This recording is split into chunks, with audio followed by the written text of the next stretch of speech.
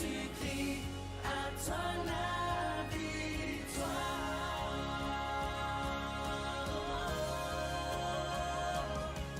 Alléluia, gloire à notre libérateur. Alléluia, la mort c'est dans sa faveur, nos chaînes ont été brisées, en son nom nous sommes sauvés. Jésus-Christ, notre espérance. Alléluia, gloire à notre libérateur. Alléluia, la mort c'est dans sa faveur, nos chaînes ont été brisées, en son nom nous sommes sauvés. Jésus-Christ, notre espérance. Jésus-Christ, notre espérance. Jésus-Christ, notre espérance.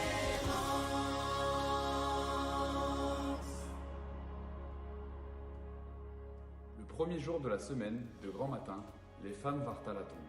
Elles trouvèrent la pierre roulée devant le tombeau. Étant entrées, elles ne trouvèrent pas le corps du Seigneur Jésus. Or, voici que 2 hommes se présentèrent à elles en vêtements éblouissants. Ils leur dirent : « Pourquoi cherchez-vous le vivant parmi les morts ? Il n'est pas ici, mais il est ressuscité. Rappelez-vous, comment il vous a parlé ? Il disait : il faut que le Fils de l'homme soit livré aux mains des hommes pécheurs, qu'il soit crucifié et que le 3e jour il ressuscite. Alors elles revinrent du tombeau et rapportèrent tout cela aux 11 et à tous les autres. Voilà, ça y est, on commence notre célébration et ça fait du bien de vous retrouver merci Alain, en ce milieu de semaine.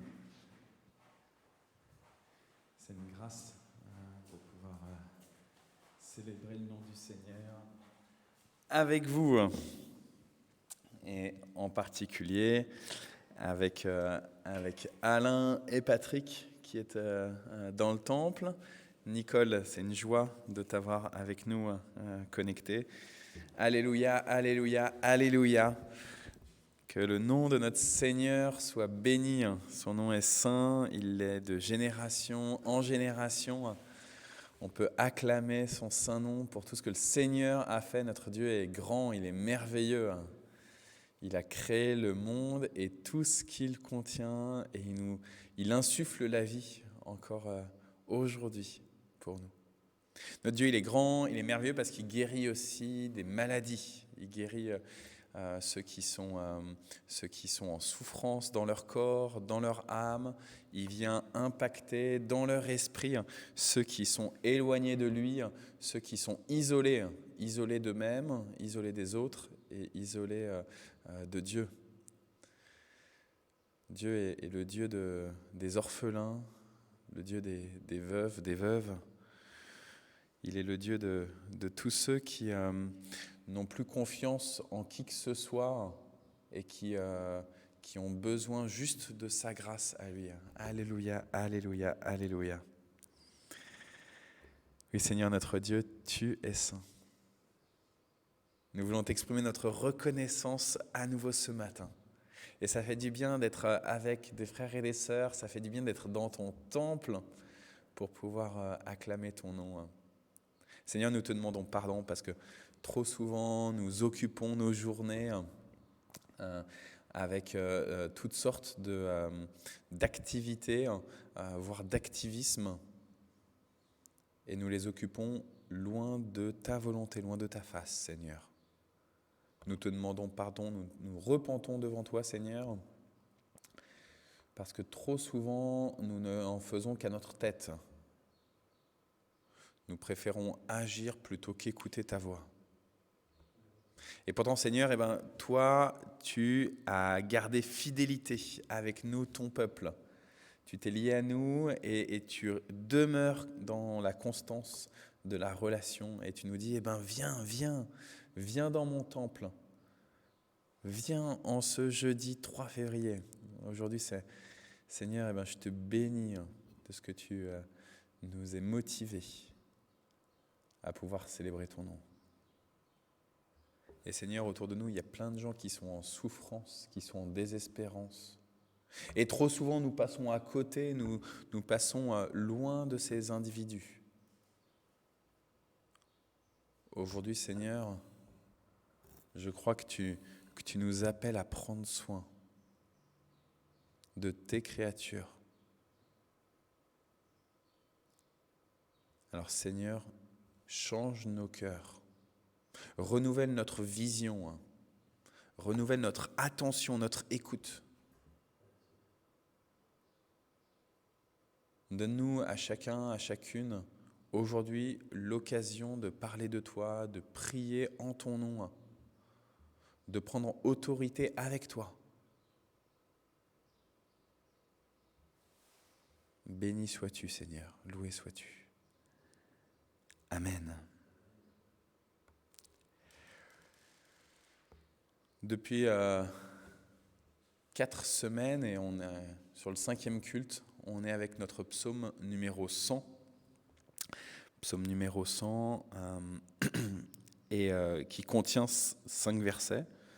Et donc du coup, chaque fois qu'on a une célébration depuis 4 semaines, et aujourd'hui la 5e, on lit ce psaume numéro 100 et on médite autour d'un des versets. Donc aujourd'hui, on va méditer sur le dernier verset, le numéro 5. Mais avant, je vous lis le psaume en entier. Psaume pour un sacrifice de remerciement. C'est comme ça que dans la parole de vie là, que vous avez, c'est indiqué. Pour un sacrifice de remerciement. Tous les habitants du monde, criez de joie pour le Seigneur. Servez le Seigneur joyeusement. Approchez-vous de lui dans la joie. Reconnaissez que le Seigneur est Dieu. C'est lui qui nous a fait et nous sommes à lui. Il est notre berger. Nous sommes son peuple, son troupeau. Entrez dans son temple en lui disant merci. Allez dans les cours du temple en chantant sa louange. Remerciez-le et rendez-lui gloire. Oui, le Seigneur est bon. Son amour est pour toujours et de génération en génération, il reste fidèle. Amen. Et je vous propose on va louer le Seigneur. Hop, voilà, on va prendre un petit temps de louange avec ceux qui avaient enregistré des morceaux pour nous, pour sa gloire.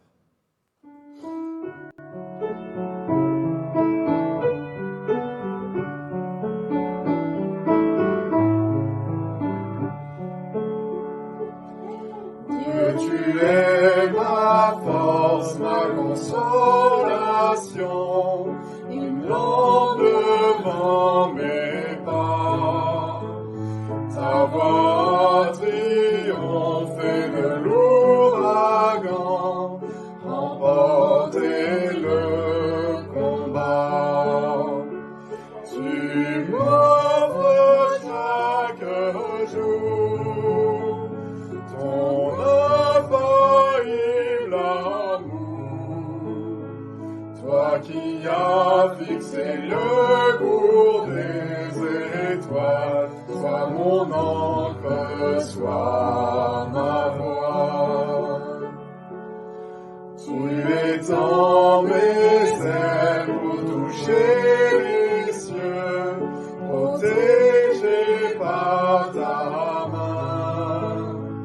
Ta grâce m'appelle à lever les yeux et suivre ton chemin. Tu m'offres chaque jour ton infaillible amour, toi qui as fixé le cours des étoiles, sois mon encre, sois ma voix. Ta miséricorde coule de la croix, ton sang racheté. Tout ce que je suis me vient de toi, sans fin je te louerai. Tu m'offres chaque jour ton infaillible amour, toi qui as fixé le cours des étoiles. Sois mon encre, sois ma voix.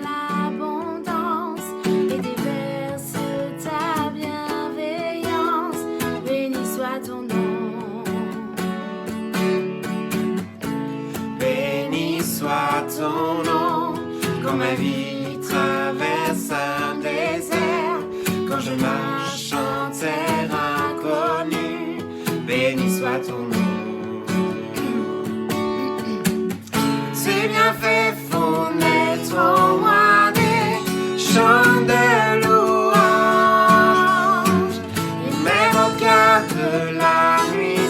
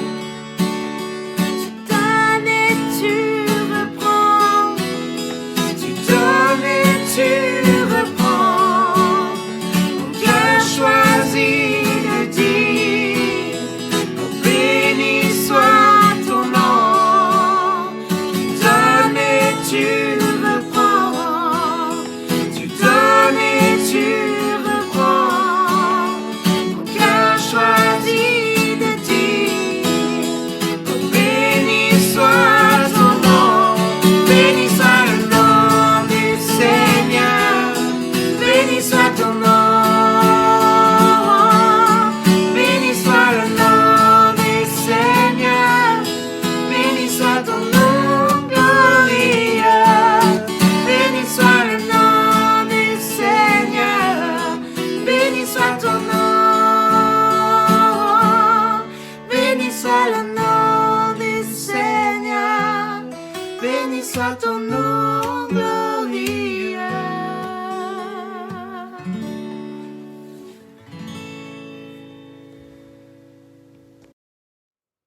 Amen, amen, amen, amen. Béni soit ton nom, Seigneur, ton nom est saint, Seigneur. Alléluia, alléluia, alléluia, alléluia. Ça fait du bien, hein? De pouvoir célébrer ensemble. Ça réveille. Bonjour Roselyne, bonjour Caroline. C'est une joie de vous avoir avec nous. En plus de Nicole. Nicole, je t'avais déjà salué, hein, je crois. Bon, ça y est, on arrive à la fin de ce psaume numéro 100 et ce verset 5 en particulier, je vous le relis. Le Seigneur est bon, le Seigneur est bon, son amour est pour toujours, son amour est pour toujours, sa fidélité est pour toujours, et de génération en génération, il reste fidèle. De génération en génération, il reste fidèle. Le Seigneur est bon, son amour, sa fidélité est pour toujours et de génération en génération. La fidélité, ce n'est pas juste la fidélité pour Patrick, pour Alain, pour Nicole, pour Roselyne, pour Caroline, pour Arnaud. C'est une fidélité pour génération après génération. Waouh! Lorsque le Seigneur décide de se lier avec son peuple et qu'il décide d'ouvrir encore plus largement son alliance à toute la création, il le fait en pensant non pas uniquement à la génération présente, mais à toutes les générations à venir. Waouh! Extraordinaire. Et ça montre à quel point, justement, le Seigneur est bon. Nous, on est là avec notre bonté, avec aujourd'hui, tu as été bon avec moi, alors je vais être bon avec toi. On est toujours comme ça dans un donnant-donnant. Et on pense très peu, finalement, à demain. Comment est-ce que je vais être bon avec toi demain? Comment est-ce que je vais être bon avec toi dans 5 ans, dans 10 ans, dans 50 ans? Je pense à comment je vais être bon là, maintenant, là, tout de suite, là.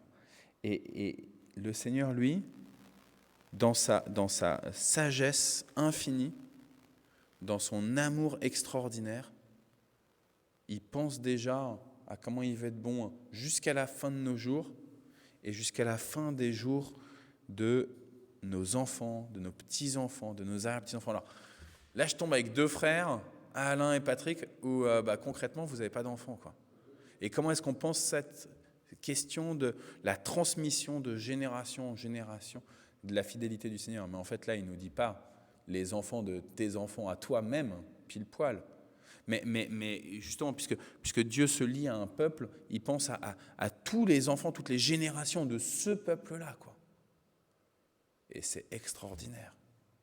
Comment finalement, la foi qui m'habite moi, elle habite aussi tous ceux qui m'environnent dans cette église, dans ce nouveau lieu d'élection du Seigneur, et comment cette foi-là, elle va se transmettre ensuite aux générations suivantes. Et du coup, moi, il y a eu plusieurs textes auxquels j'ai pensé en lisant et en méditant autour de ce verset numéro 5, et en particulier le Deutéronome chapitre 6. Et du coup, je vais venir, les frères, avec vous. Et puis Roselyne, Caroline et Nicole, si vous voulez prendre Deutéronome chapitre 6 avec vous. Et je vais aller vers Patrick et vers Alain. Et on va lire ensemble le début de Deutéronome 6. Hop. Je vais remettre mon masque.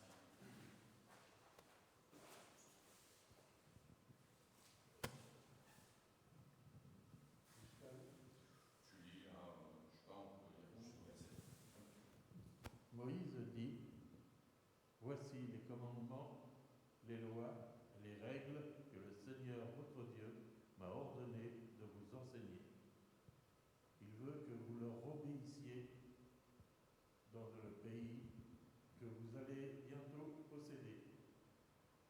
Ainsi, tous les jours de votre vie, vous respecterez le Seigneur votre Dieu, vous, vos enfants, les enfants de leurs enfants, et en obéissant à ses lois et à ses commandements, je vous donne,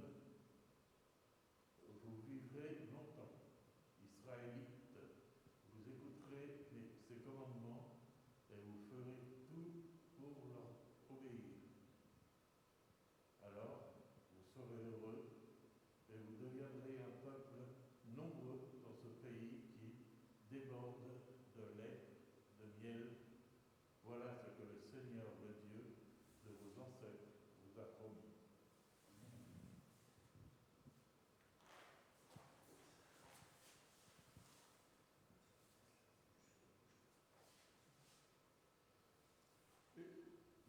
Écoute, peuple d'Israël, le Seigneur notre Dieu est le seul Seigneur.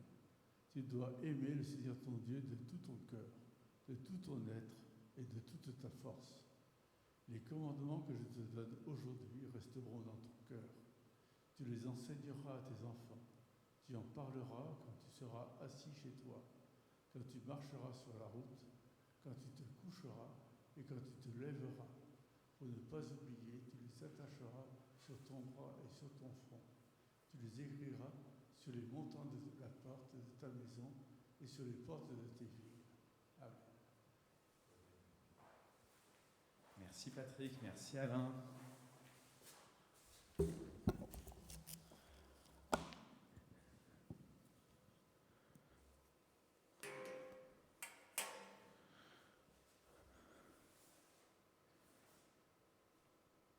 Vous respecterez le Seigneur, vous, vos enfants et les enfants de leurs enfants. Et puis plus loin, tu les enseigneras les commandements, et notamment donc, dans Deutéronome 6, là, ce fameux commandement d'aimer le Seigneur ton Dieu de tout ton cœur, de tout ton être, de toute ta force, qui sera repris par Christ, tu les enseigneras à tes enfants et tu les mettras partout pour que ce soit bien enseigné aux générations futures. Waouh! Comment est-ce que je pense la transmission du respect du Seigneur et de ses commandements, et ça va de pair évidemment, respecter, c'est obéir à ses commandements. Comment est-ce que je le pense, non pas uniquement dans ma propre foi, mais aussi pour les autres générations. Alors, maintenant j'ai mis des dessins des enfants de l'école biblique derrière moi. Mais vous vous souvenez, il y avait marqué avant « Dieu est amour ». Et là-bas, il y a marqué « Aimez-vous les uns les autres ». Là-bas, il y a marqué « Le Seigneur est fidèle ». Il est tradition dans les églises protestantes d'avoir des versets bibliques qui sont écrits sur les murs des temples, sur les vitres, dans les vitraux. Dans la tradition catholique, c'est un peu moins présent, mais on en trouve aussi dans certaines églises, dans les vitraux, d'avoir des versets qui sont inscrits directement. Et ce qui est beau, c'est que c'est du coup mis dans du marbre, entre guillemets. En tout cas, c'est mis sur quelque chose de solide, qui fait que même si une génération passe, eh ben, ça ne peut pas être enlevé, quoi. Automatiquement, on se retrouve confronté à la parole de Dieu. On rentre dans un lieu et tout de suite, ça nous saute en plein visage. Les voici. Ces commandements, ces règles, ces paroles que le Seigneur a données aux générations précédentes. Tu les recevras pour toi-même et tu les enseigneras à ceux qui vont te suivre. Beau challenge, hein ? On est tous appelés à être des catéchètes. On est tous appelés à faire du catéchisme pour les générations à venir. Pourtant, on s'en sent peut-être pas capable. On ne sait pas exactement comment parler aux générations à venir. Bonjour Manuel, c'est une joie que tu sois aussi connecté avec nous. Et on se dit, mais peut-être qu'il y a des gens plus jeunes que moi qui vont pouvoir avoir un discours qui sera plus adapté. Et c'est vrai que peut-être que pour les enfants, et pourtant, même si pratiquement, il y en a qui sont appelés à être catéchistes ou catéchètes dans le ministère de catéchèse en tant que tel institué dans l'Église, on est tous appelés à faire preuve de catéchèse vers les générations autres à venir. Ainsi, vous prendrez possession de votre territoire.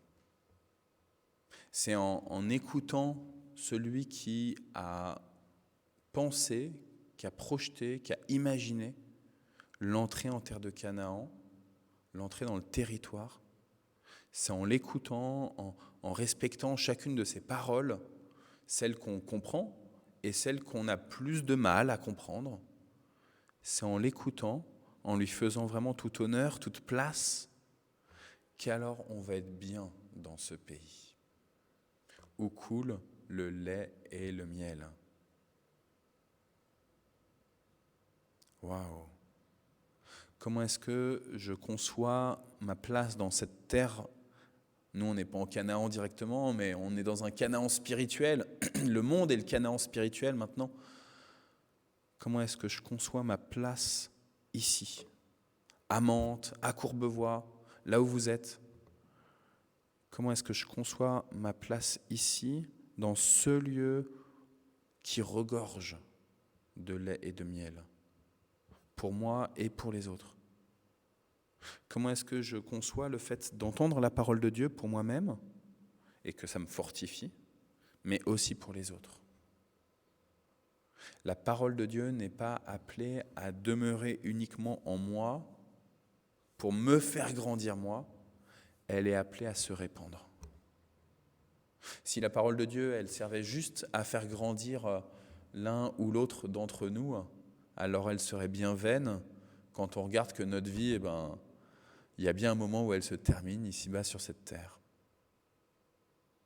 Pensez chaque jour à la génération qui va prendre la suite.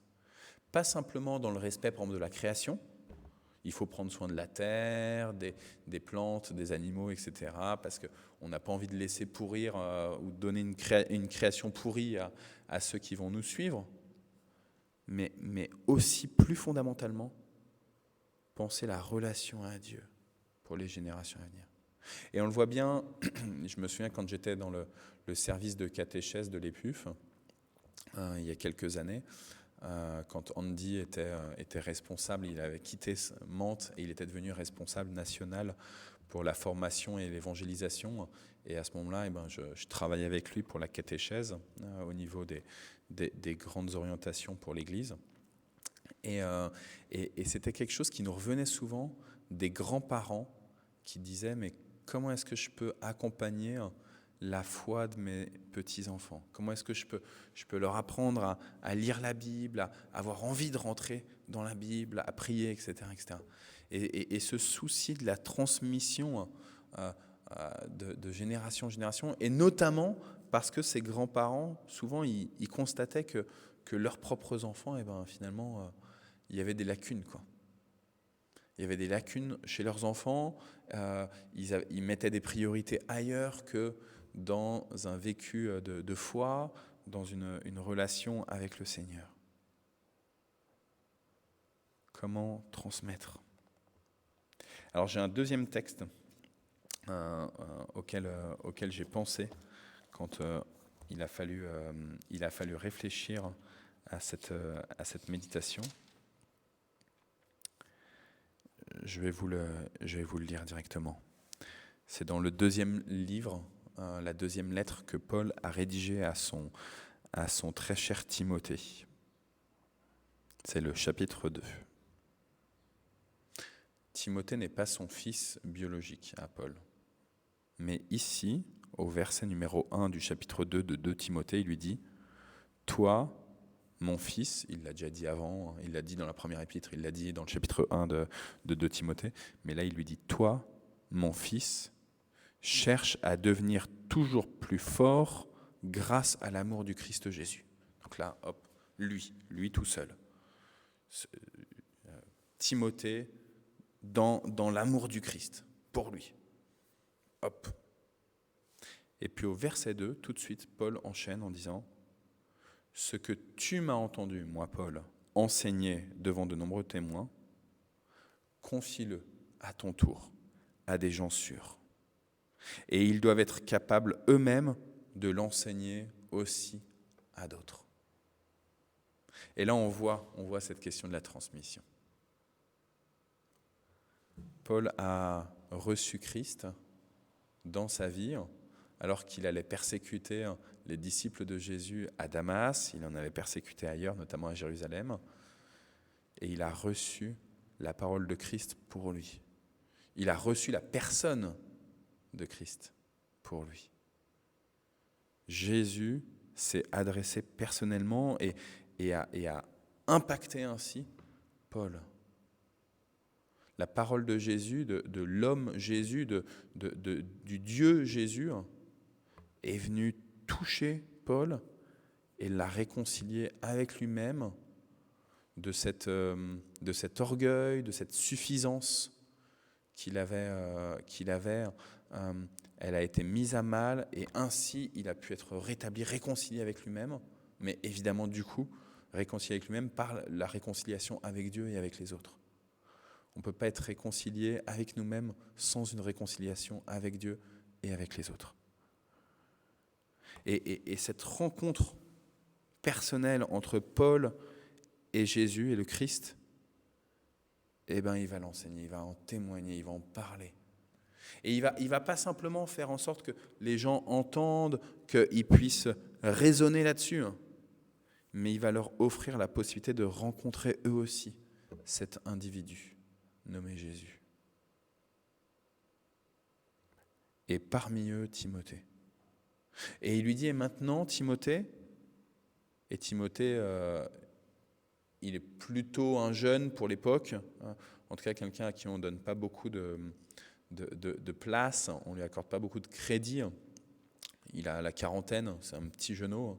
Et Timothée, eh ben de la fougue de sa jeunesse, eh ben il va recevoir cette parole de Paul là, qui dit transmets-le à d'autres. C'est possible, tu peux le faire. Peut-être que d'autres vont se moquer de toi, faut pas qu'ils se moquent de toi, faut pas qu'on méprise ta jeunesse, mais tu peux transmettre à d'autres. Je te donne autorisation de le faire. Et même plus que je te donne autorisation, je te le demande, je te supplie de le faire. Et pense pas simplement à ceux que tu vois là, à ceux à qui tu transmets maintenant, mais pense encore plus loin, à ceux à qui eux transmettront. Pense déjà à être un catéchète, mais en étant aussi un formateur de futurs catéchètes, qui eux-mêmes deviendront, à leur tour, des formateurs de catéchèse. Waouh! La perspective de Dieu, elle est énorme. Alors que nous, on pense à 2022. Hier, on s'est bien marré en pensant qu'on était le 2 février, le 2/2/2022. Et Dieu, lui, pense à toutes les générations à venir. Et quand Dieu a envoyé Jésus, il y a 2000 ans, il pensait déjà à vous, à nous, aujourd'hui en 2022. Et il pensait déjà à ceux qui, dans 100 ans, 200 ans et au-delà, seront sur cette terre, lorsque nous ne serons plus.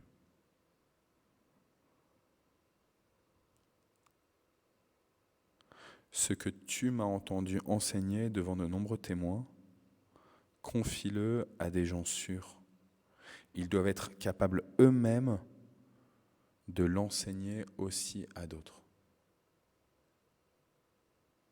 Pense à former ceux qui te succéderont. Pense que l'Évangile, la bonne nouvelle, doit se répandre absolument, coûte que coûte. Je reviens sur notre psaume numéro 100.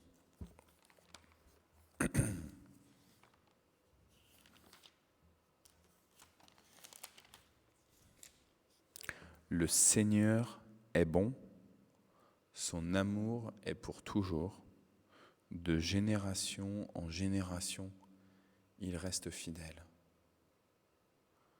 Voilà la bonne nouvelle. Le Seigneur est bon.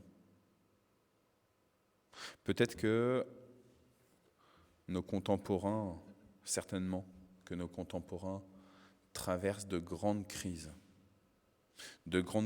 identitaires, de grandes crises de sens, déboussolés, ils n'ont plus de repères. Et les conséquences sont affreuses. Leur corps, leur âme, leur esprit, évidemment, partent dans tous les sens. Mais dans ce temps de crise, dans ce moment où plus rien n'a de sens, la bonne nouvelle à transmettre de génération en génération est « Le Seigneur est fidèle.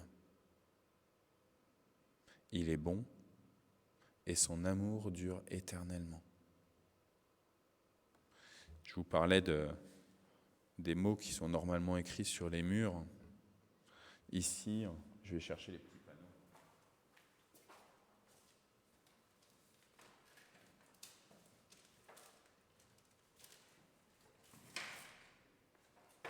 Ces deux-là, là, je parlais. Hop, celui-ci, c'est quoi ? C'est Dieu est amour et Dieu est lumière.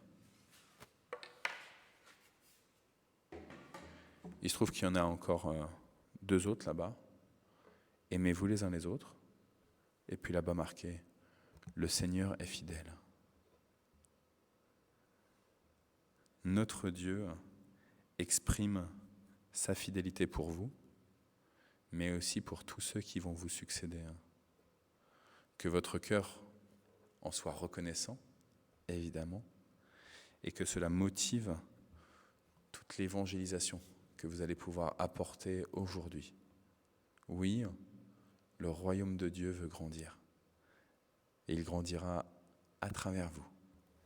Amen.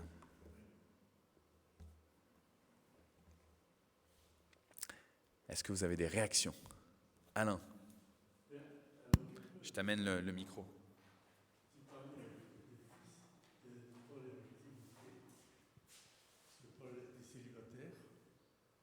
Eh bien, ça fait quelque temps que je l'ai même pensé. Et ça, c'est formidable. Mais en même temps, un autre point qu'il faut regarder, c'est vrai, Dieu est amour. Mais il ne faut pas oublier qu'il est aussi justice. Amen. C'est commandement, justement. C'est commandement son amour. C'est commandement son amour. Son amour, mais aimer, c'est justement donner des règles qui sont très claires, et il y en a qu'il ne faut pas enfreindre les règles. voilà.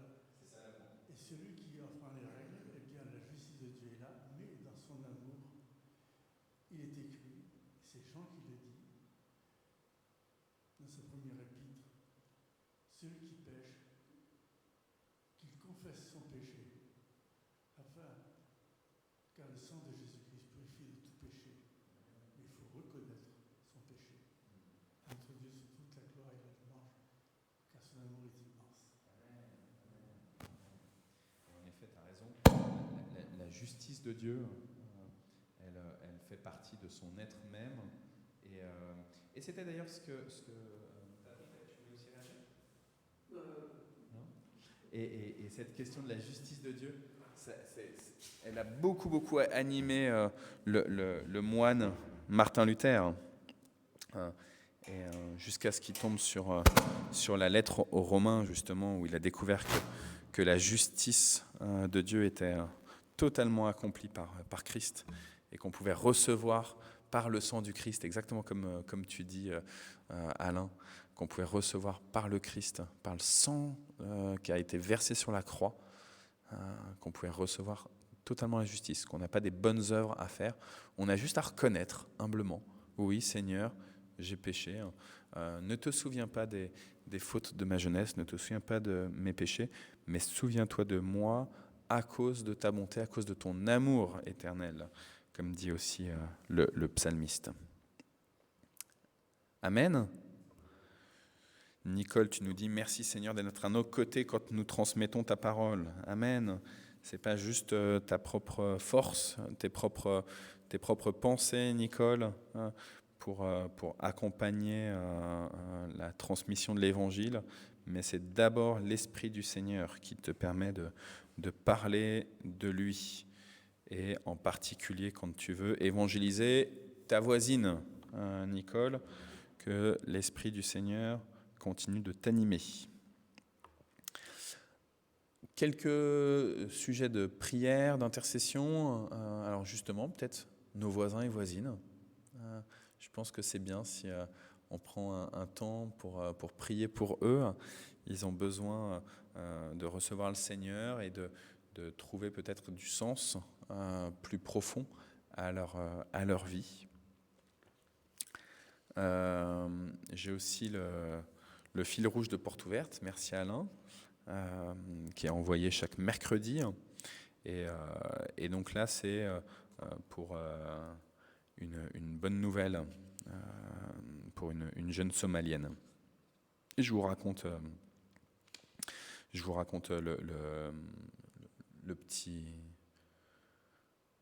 le petit témoignage. Nala raconte le grand tournant de sa rencontre avec Jésus. J'allais généralement dans ma chambre pour utiliser Internet. Je naviguais sur différentes plateformes de médias sociaux comme Facebook, YouTube. Et un jour, j'ai entendu un témoignage sur Jésus de la part de convertis somaliens vivant à l'étranger. Du coup, intriguée, elle a contacté les auteurs pour en savoir plus sur Jésus. Puis, elle a lu la Bible. J'ai commencé à lire la Genèse et j'ai continué. Il y en a qui commencent la Bible en commençant la Genèse. C'est moi pas ce que je recommande en général, parce que dès qu'on a fini la Genèse, après on arrive sur l'Exode, ça passe encore, et après sur le reste du Pentateuque où c'est déjà plus compliqué. En général, moi j'encourage plutôt à commencer par un évangile et plutôt Marc. Mais en tout cas là, elle a commencé par la Genèse et elle a continué et elle a trouvé des réponses à tant de questions. Et juste à travers cette lecture de l'Évangile, elle a ressenti profondément la paix. Et ensuite, elle a rencontré d'autres chrétiens et s'est fait baptiser. Mais un jour, son père lui a téléphoné prétendant que sa mère était mourante. Nala avait aucune raison de douter de cette nouvelle, alors elle s'est précipitée chez elle et elle a découvert qu'en fait, ce n'était qu'une ruse de la part de son père. Je ne soupçonnais pas que mon père allait mentir. Mais quand je suis rentré chez moi, les hommes de ma famille m'attendaient. Ils m'ont battu, ils ont pris mon téléphone portable, ils m'ont enfermé dans une pièce. Ils m'ont dit « Nous avons entendu dire que tu es perverti ». Puis ses parents et ses frères l'ont conduite dans un centre pour apostats et psychopathes. Là, elle a été maltraitée dans le but de la faire revenir à l'islam. Ils ont essayé différents rituels pour réparer ce qui n'allait pas chez moi. Ils m'ont battu, ils m'ont enfermé. Sur les conseils d'une de ses sœurs qui a eu pitié d'elle, Nala a fait semblant d'être redevenue musulmane. Elle se levait tôt le matin pour prier, mais en fait, j'en profitais pour parler à Jésus. Sa famille a relâché la pression et elle en a profité pour s'échapper du centre pour apostats. Elle s'est cachée chez des amis chrétiens et ensuite elle a fui à l'étranger. Aujourd'hui, Nala a perdu sa maison, elle a perdu sa famille, elle a perdu son pays, mais elle a trouvé Dieu. Jésus m'a changé. Avant, je n'étais pas heureuse. Désormais, je connais la joie. Elle connaît la joie alors qu'elle a perdu tout ce qu'il y a de ce monde. Le voyage de Nala vers une vie pleine d'espoir ne fait que commencer et elle a encore un long chemin à parcourir. C'est un voyage qui nécessite une navigation prudente. Elle a besoin d'être suivie par des disciples et d'être soutenue dans plusieurs domaines de sa vie par des personnes en qui elle a confiance. Des personnes telles que vous, nous dit la lettre de Portes Ouvertes. Donc merci d'avance pour vos prières. Et on voit bien là la question de la transmission de génération en génération.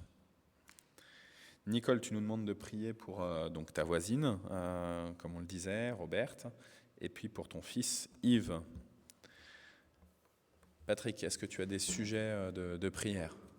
Moi, j'aimerais bien qu'on puisse prier pour l'île de la Réunion, Pour l'île de la Réunion, oui. avec le cyclone, et surtout pour Madagascar, le cyclone va traverser le pays carrément. Donc ces deux îles, la petite île et la grande île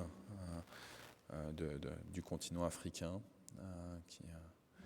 qui là vont être fortement touchés. Je sais que là, ce matin, j'ai entendu dire qu'à La Réunion, il y avait déjà 12 blessés. Donc, il faut s'attendre.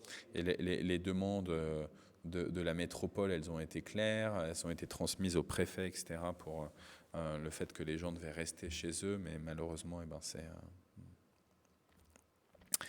Voilà, et exactement, Roselyne a dit, et Madagascar, sur qui le cyclone va arriver.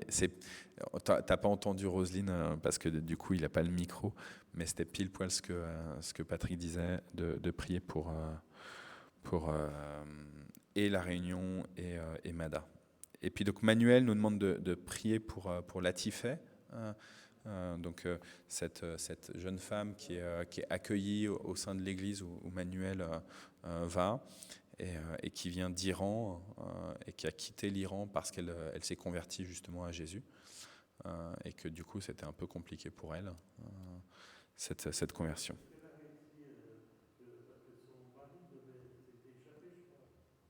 Alors, si Manuel, tu veux nous en dire plus, Patrick demande si tu as des nouvelles du mari de Latifeh, qui lui était resté musulman, mais en très bons termes avec sa femme, et donc de savoir si du coup il est encore là-bas.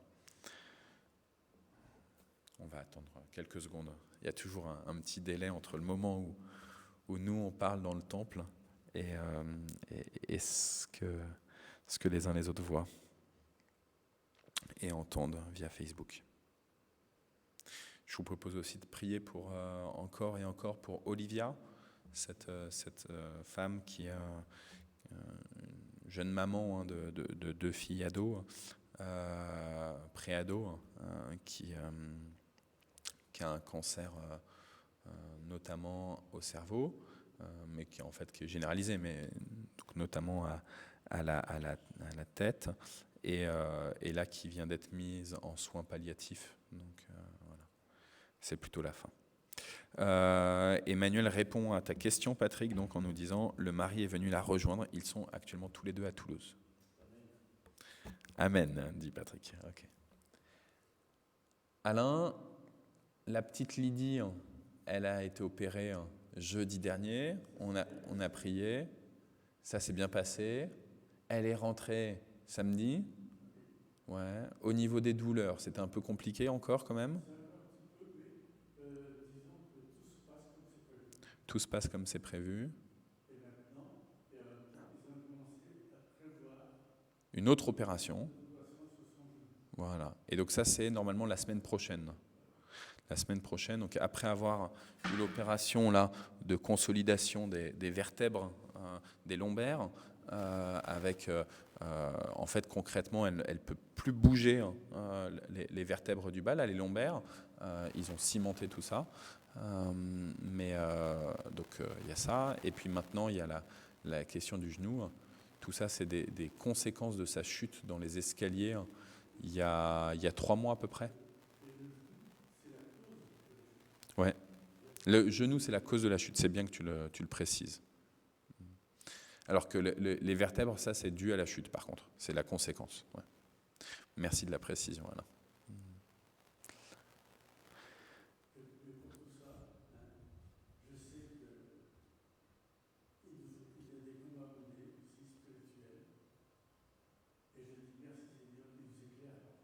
Amen.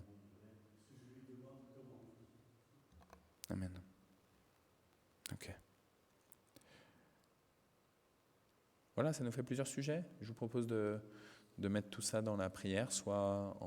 Tu voulais encore donner un autre sujet, Alain? Ouais, prier pour les amis musulmans. Ouais. Ouais, ouais. Amen. Amen. Amen. Donc prier pour les amis musulmans, pour qu'il puisse y avoir des discussions spirituelles et centrées sur la Bible et sur la personne de Jésus. Ce qui nous intéresse, c'est des rencontres personnelles avec Jésus.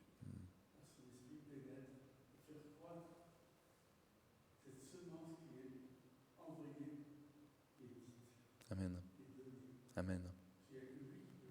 Amen.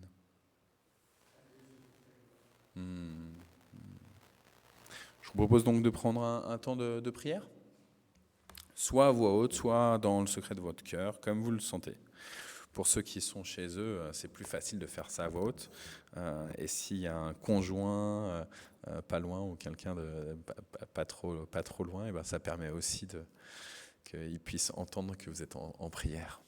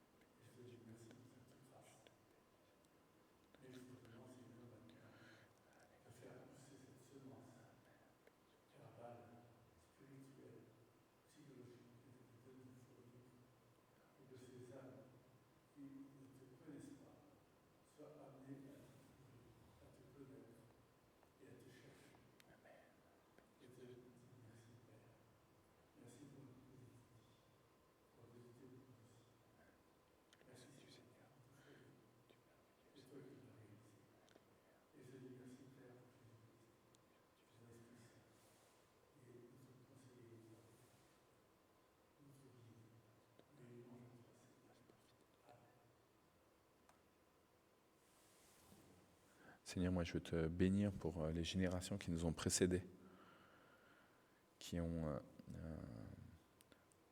t'ont rencontré, qui ont entendu ta parole, qui ont parlé de toi,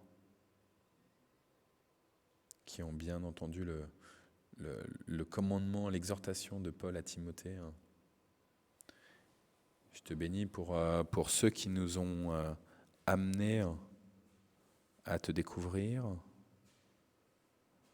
qui nous ont amenés à toi, qui nous ont amenés à lire la Bible.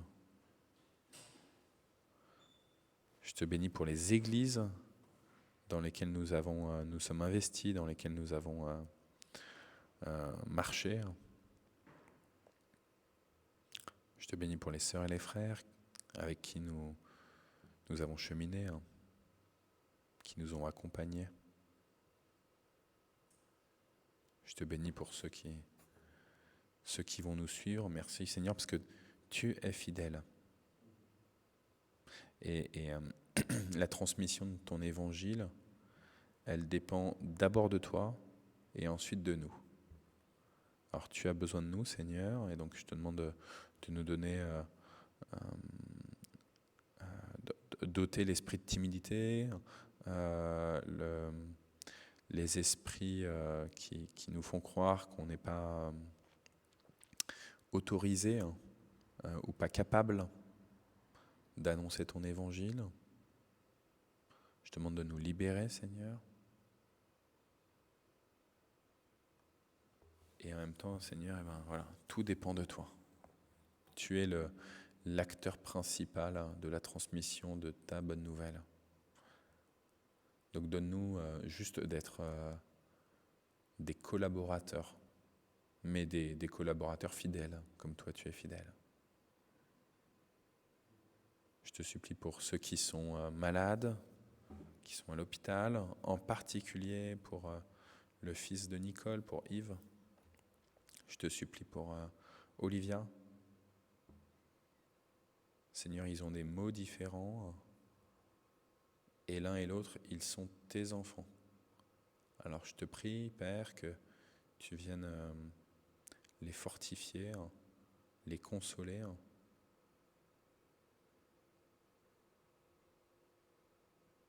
Rallonge les jours de l'un et de l'autre. Pour Yves, c'est plus clair, que tu ne vas pas le rappeler à toi tout de suite. Et je t'en bénis, Seigneur. Pour Olivia, tu vois nos propres peurs, nos doutes. Donc pendant ce temps-là où elle est accompagnée par les médecins, je te prie pour les accompagnants spirituels aussi. Qu'elle puisse te voir à travers eux.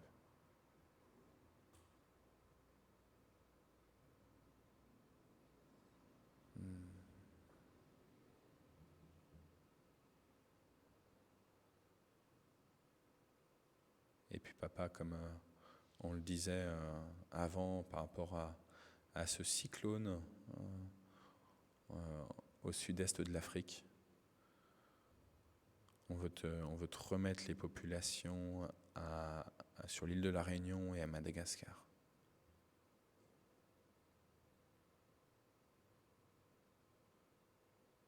Donne-leur de ne pas faire n'importe quoi, de rester vigilant, très très vigilant, Seigneur. On te demande d'aiguiser leur esprit pour bien mesurer le danger qui est là.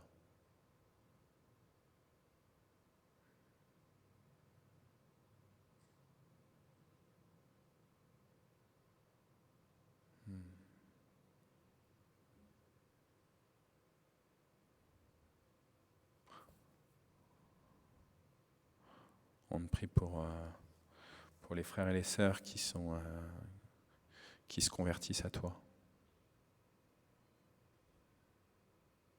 On te prie pour Nala, cette jeune femme somalienne. On te prie pour Latifeh. On te supplie pour son mari, Seigneur.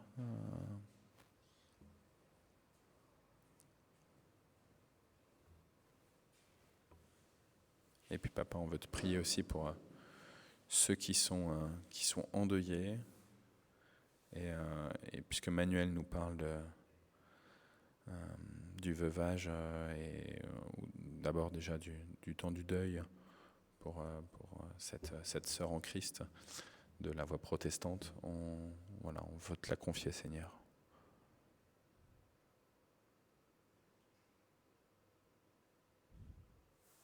Donne-lui l'espérance dont elle a besoin pour traverser cette phase. Donne-lui des personnes qui vont pouvoir à la fois pleurer à ses côtés, recevoir ses larmes à elle, et en même temps entendre la parole du Christ ressuscité. Je suis avec vous tous les jours, jusqu'à la fin du monde.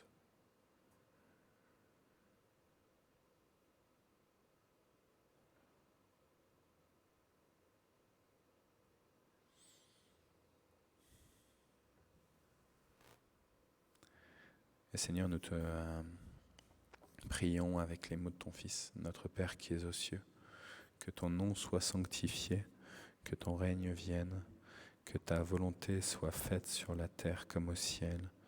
Donne-nous aujourd'hui notre pain de ce jour. Pardonne-nous nos offenses, comme nous pardonnons aussi à ceux qui nous ont offensés. Et ne nous laisse pas entrer en tentation, mais délivre-nous du mal, car c'est à toi qu'appartiennent le règne, la puissance et la gloire, pour les siècles des siècles. Amen. Amen. Voilà. Au niveau des annonces, il n'y a rien de spécial. Culte avec Sainte Seine, on sera le premier dimanche du mois. Dimanche, ça va faire du bien. Et puis explorer la Bible, la formation qu'on donne tous les samedis. Groupe de prière, Manuel, Patrick, Nicole, voilà. Vous êtes là tous les mardis après-midi. Noël, mais Noël n'est pas connecté avec nous là, c'est pour ça que je disais ça. Mais ça fait plaisir en tout cas là aussi de la connexion entre le groupe de prière du mardi après-midi et ce culte-là. Je me réjouis beaucoup d'avoir des gens qui sont fidèles dans la prière. On a aussi inauguré là depuis 15 jours maintenant une sœur de la paroisse, Laurence, et Tévi. Ils accompagnent à la fin du culte ceux qui veulent prier pour eux. Donc ils sont là en binôme de prière tous les deux. Je leur ai demandé d'assurer ce ministère-là à la fin du culte. Et c'est beau. Donc voilà.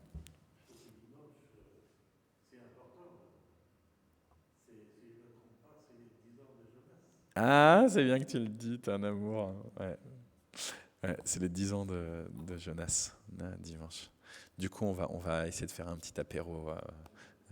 Il nous a dit ça hier. Je lui ai dit, est-ce qu'on fait un petit apéro à la paroisse avec tout le monde? Il a dit oui.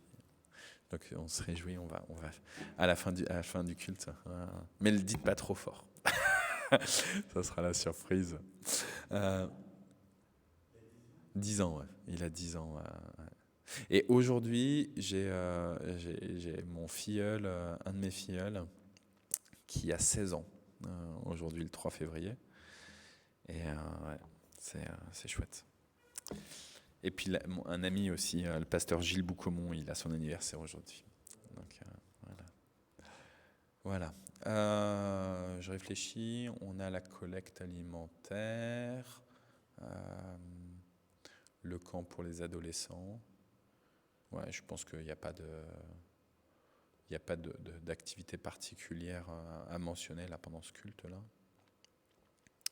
Que le Seigneur vous bénisse, que son esprit demeure en vous pour que vous puissiez aujourd'hui et dans les jours à venir témoigner que Dieu est fidèle, que son amour dure à toujours, que sa constance, sa persévérance sont un beau cadeau qu'il nous fait pour nous sortir des impasses dans lesquelles nous nous trouvons, pour nous sortir des marasmes, des marécages dans lesquels trop souvent nous nous enlisons. Que l'Esprit du Seigneur vraiment vous accompagne pour vous, et puis que vous puissiez transmettre comme ça, au-delà de vous-même, cette bonne nouvelle. Amen. Voilà, je vais aller raccrocher le streaming. Bon jeudi, les frères et les sœurs.